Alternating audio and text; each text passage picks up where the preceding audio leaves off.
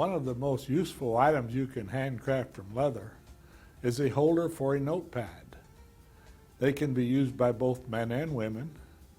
They can be used for work, for shopping, and many other uses in their daily lives. They make great gifts and are very popular for resale as well.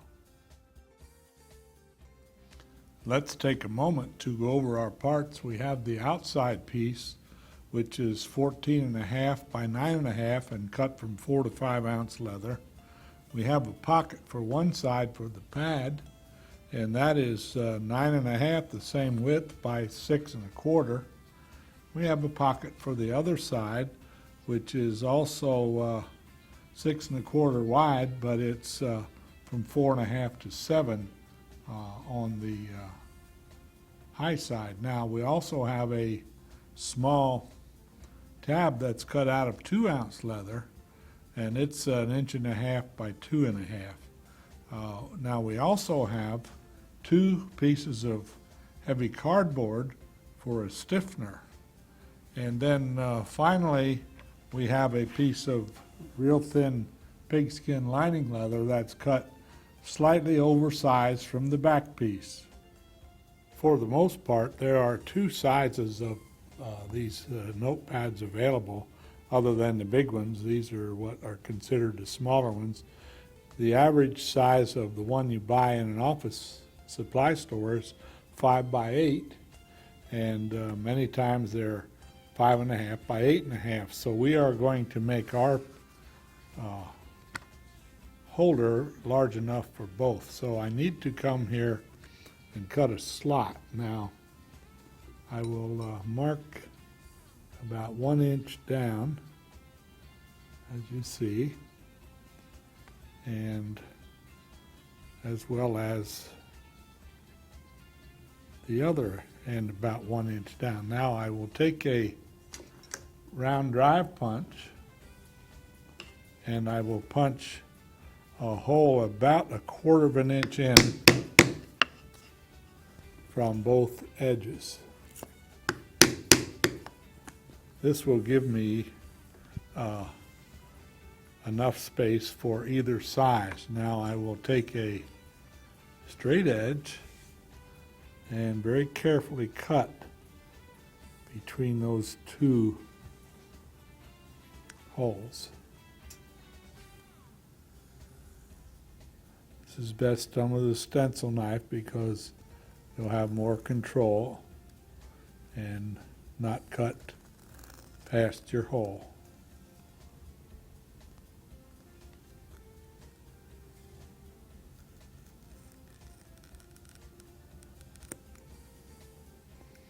Now we will do the other side of the hole.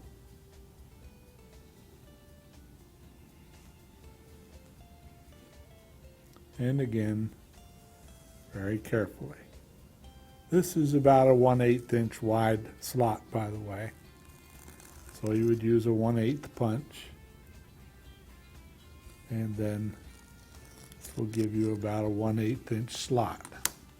It's best to turn back the other way and cut back.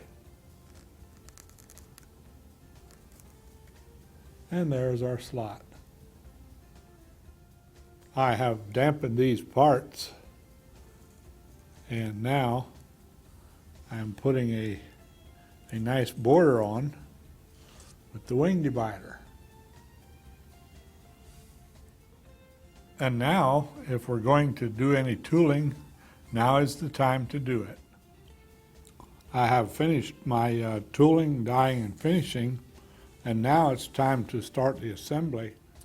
We will find the middle of our piece, and then we will draw a line down the middle. Now we want to thin this leather, and we'll need to thin it about 1 inch wide, so I will just kind of mark a 1/2 inch on either side of my line.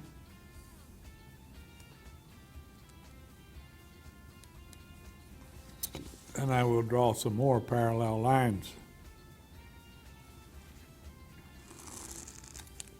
so that we can thin this area. And I will do 2 more lines in the center of the other lines.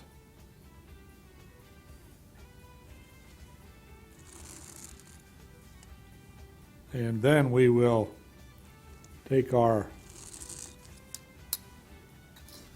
V-gouge, and we're going to gouge these 5 lines. Now, before we do that, we need to take a piece of the scrap leather and make sure that we have the proper depth. And could go a little bit deeper here.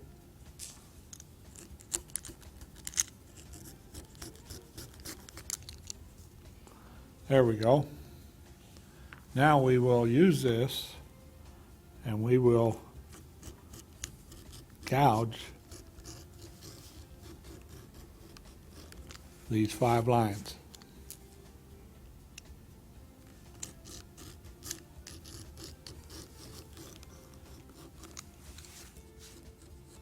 Next we will take the French skiver and we will skive between the gouges that we made.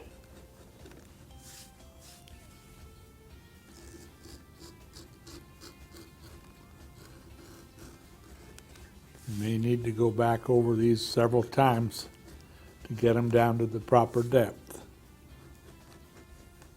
After you get this skive down, it should fold over very easily and come exactly right to the other side. We're now ready to start our lining parts. To apply the lining, we will coat the back of our outside piece with rubber cement. While the cement is still a little bit wet, we can place our stiffeners in place, as you can see, leaving about 1/4 of an inch around the outer edges. And now we can take our rubber cement and cover the stiffeners. And now I am coating the back side of my lining leather with rubber cement. After we have coated the back of our lining and the back of the inside parts of our outside, it's now time to adhere it. Now you're going to be very happy at this point that you cut your lining oversize. So I can sit it here now. Notice I have held up one side of it here. Now I can turn it over and we'll tilt this up just slightly, not as much as you normally would, and make sure that you rub this down real good. It's even a good idea to take a modeling tool and rub down in the area where you did your skiving and gouging. Make sure you get this down nice and tight so that it'll come over without binding too much. And now it's just a matter of making sure our edges are down. Here again we can take a modeling tool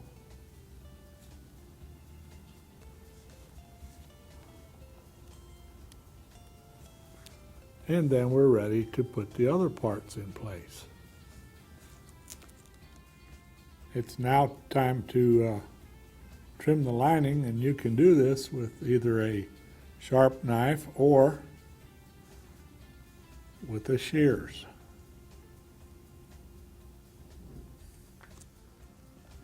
To prepare the pencil or pen tab, I'll apply some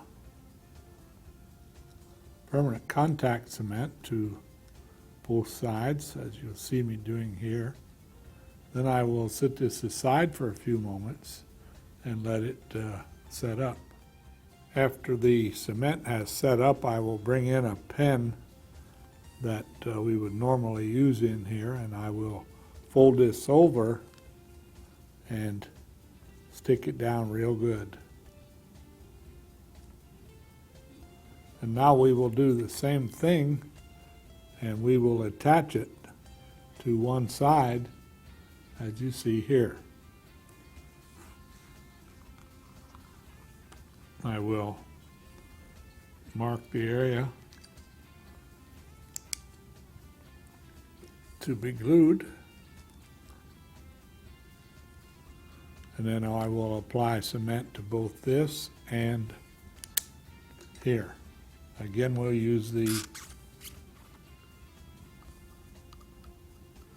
permanent contact cement.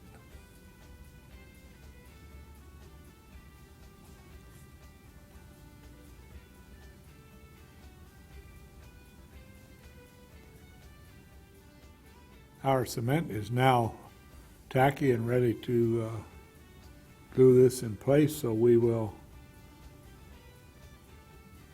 glue it in place as you can see. Now I will turn it over, and then we will punch this. As you can see, I am punching all the way through all three layers of the leather, the two of the loop and the one of the side piece. It is now time to assemble the inside pieces to the back, and I'm making a few little marks here, and I will then take my permanent contact cement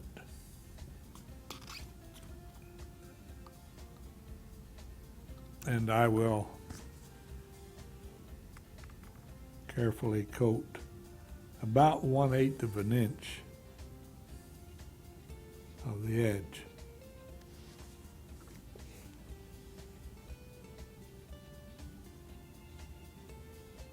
I will now do the same thing to the back of the pocket on the three sides. That would be the top, the bottom, and the end.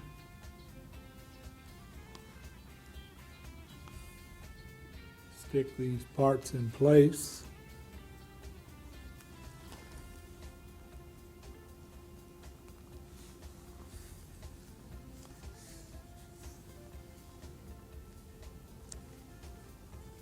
And on the other side.